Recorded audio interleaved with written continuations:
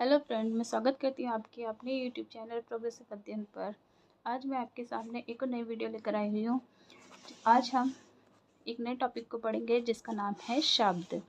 सबसे पहले हम जानेंगे कि शब्द किसे कहते हैं। तो शब्द एक या एक से अधिक वर्णों के मेल से बनी स्वतंत्र सार्थक इकाई शब्द कहलाती है।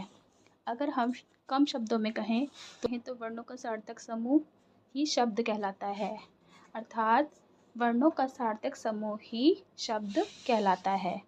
चलिए अब देखते हैं शब्दों का वर्गीकरण किस किस तरीके से किया गया है। सबसे पहले आता है उत्पत्ति या फिर स्रोत के आधार पर, फिर आता है अर्थ के आधार पर, फिर आता है व्याकरणीय रूप या प्रयोग के आधार पर, फिर आता है रचना या बनावट के आधार पर। इस तरीके से हम शब्दों का वर्गीकरण करते हैं।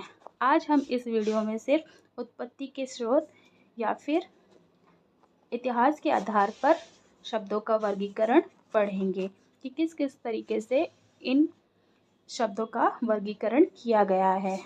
तो सबसे पहले आता है उत्पत्ति या फिर स्रोत या इतिहास के आधार पर।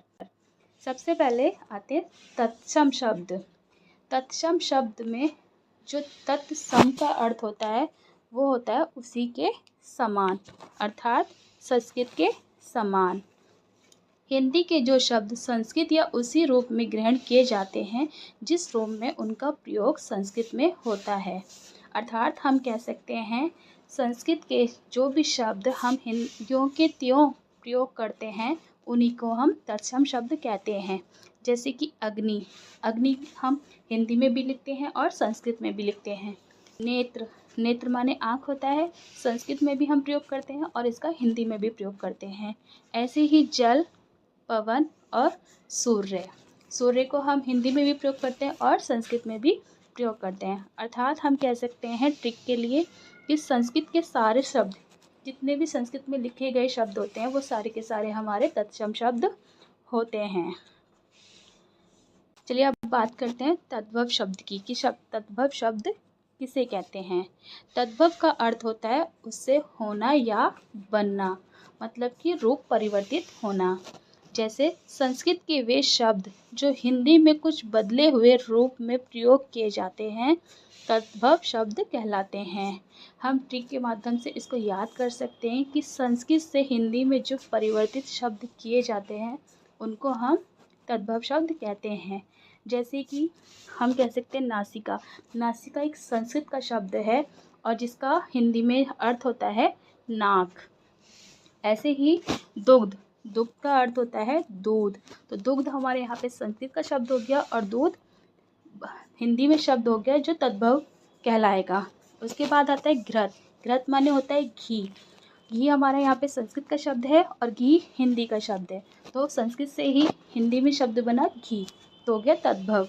उसके बाद सूची, सूची का अर्थ होता है सुई, जो कि हिंदी में सुई कहलाता है, तो ये क्या हो गया तद्भव शब्द। कुल मिलाकर हम कह सकते हैं संस्कृत से हिंदी में परिवर्तित हुए शब्दों को हम तद्भव शब्द करते हैं। देशज शब्द, जो हमारे तीसरे प्रकार के शब्द होते हैं वो होते हैं देशज शब्द। जिन शब्दों का स्रोत अज्ञात है उन्हें देशज शब्द कहते हैं। ऐसे शब्द जो ना तो संस्कृत से लिए गए हैं और ना ही संस्कृत से आए हैं, ऐसे शब्द कहलाते हैं देशज शब्द। जैसे कि क्षेत्रीय भाषाओं के कारण जो शब्द उत्पन्न हो जाते हैं उन्हीं को देशज शब्द कहते हैं। जैसे कि लुटिया, लुटिया ना तो हिंदी का शब्द है और ना ही संस्कृत का शब्द है, लेकिन फिर भी हम लुटिया कहते हैं। ऐसे टिबिया, टिबिया भी एक क्या है देशज शब्द है। खटिया, खटिया को हम हिंदी में चारपाई कहते हैं, लेकिन खटिया हम बोल देते हैं आम बोलचाल की भाषा में, तो ये क्या हो गया हमारा देशज शब्द।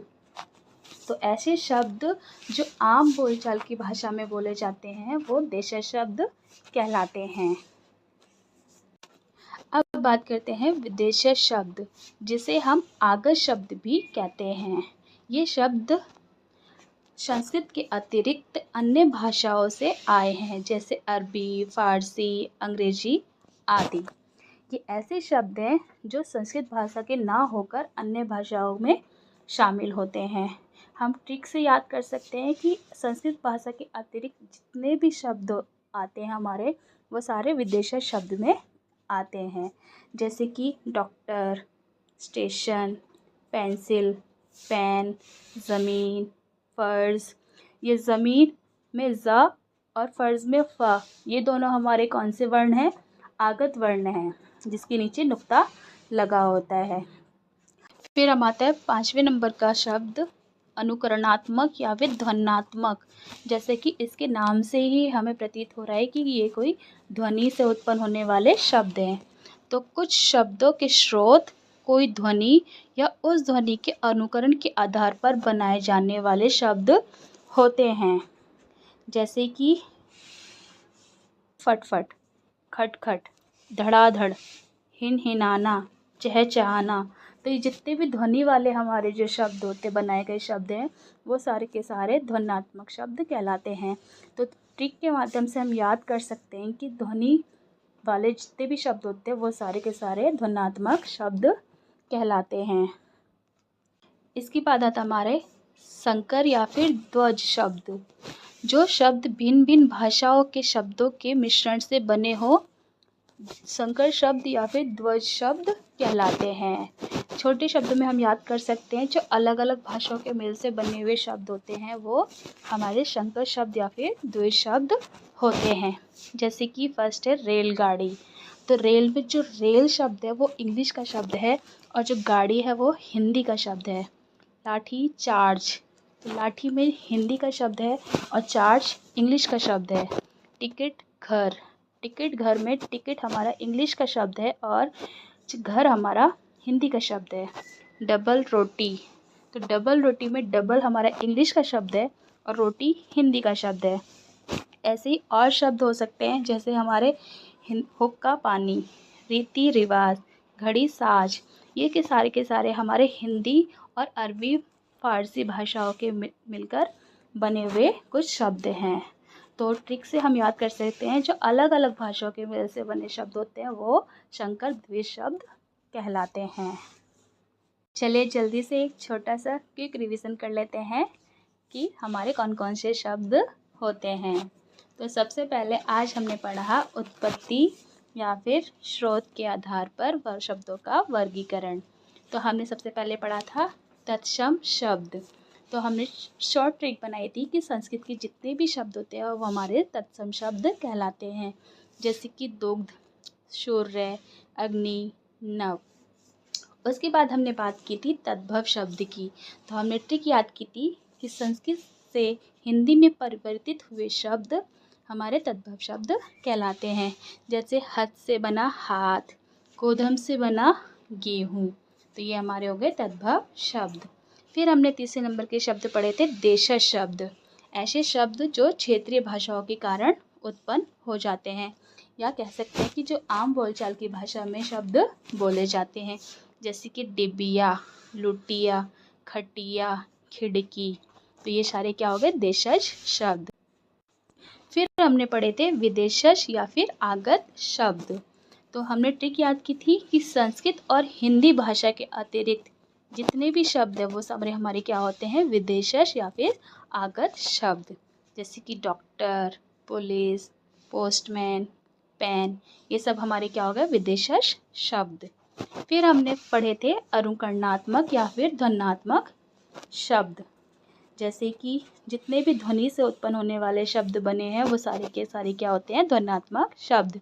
जैसे कि खटखट, धड़ धड़, धड़ाधड़, फटफट। ये सारे क्या है? अनुकरणात्मक या फिर ध्वन्यात्मक शब्द। फिर हमने पढ़े थे संकर या फिर द्विज शब्द। जो अलग अलग भाषाओं से मिलकर बने शब्द होते हैं वो सारे क्या कहलाते हैं? संकर या फिर द्विज शब्द। जैसे कि सील, रेलगाड़ी, वर्षगांठ आदि। तो आई होप सो आपको ये वीडियो अच्छी लगी होगी। तो प्लीज़ लाइक, शेयर, सब्सक्राइब कीजिए मेरे चैनल को। Thank you.